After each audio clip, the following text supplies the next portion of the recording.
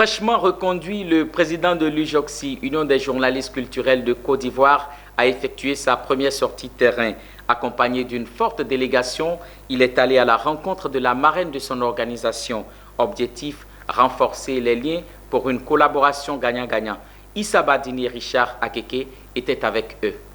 Pas de temps à perdre. Aussitôt reconduit à la tête de l'UJOCSI, Union des journalistes culturels de Côte d'Ivoire, il a pris son bâton de pèlerin. Philippe Cla, puisque c'est de lui qu'il s'agit, est allé à la rencontre de la marraine de l'Union, histoire de renforcer les liens. Nous avons été réélus le samedi 11 décembre dernier à la Maison de la Presse, au plateau. Il y a une mécène, une dame qui est dans le cosmétique et la beauté, qui a voulu nous rencontrer, nous dit ses félicitations de vive voix. Nous sommes là, elle a voulu aussi faire d'une pierre deux coups, c'est-à-dire à l'occasion des fêtes de fin d'année, elle a voulu rendre encore plus belles les femmes de notre union. Elle leur a remis des présents pour qu'elles puissent passer de très belles fêtes de fin d'année.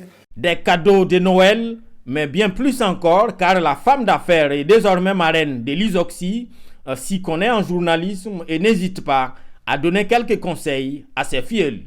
Déjà le féliciter et puis dire que je suis à leur côté.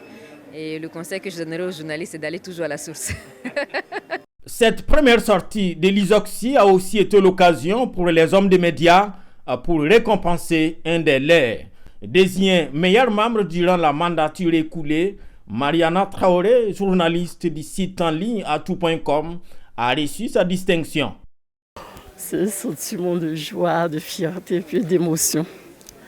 Et puis j'aimerais aussi remercier le président Philippe Cla pour ce prix.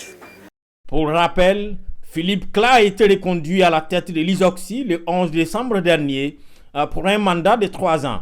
Il sera investi le 21 janvier 2022. 2022, c'est également le 25e anniversaire de l'organisation.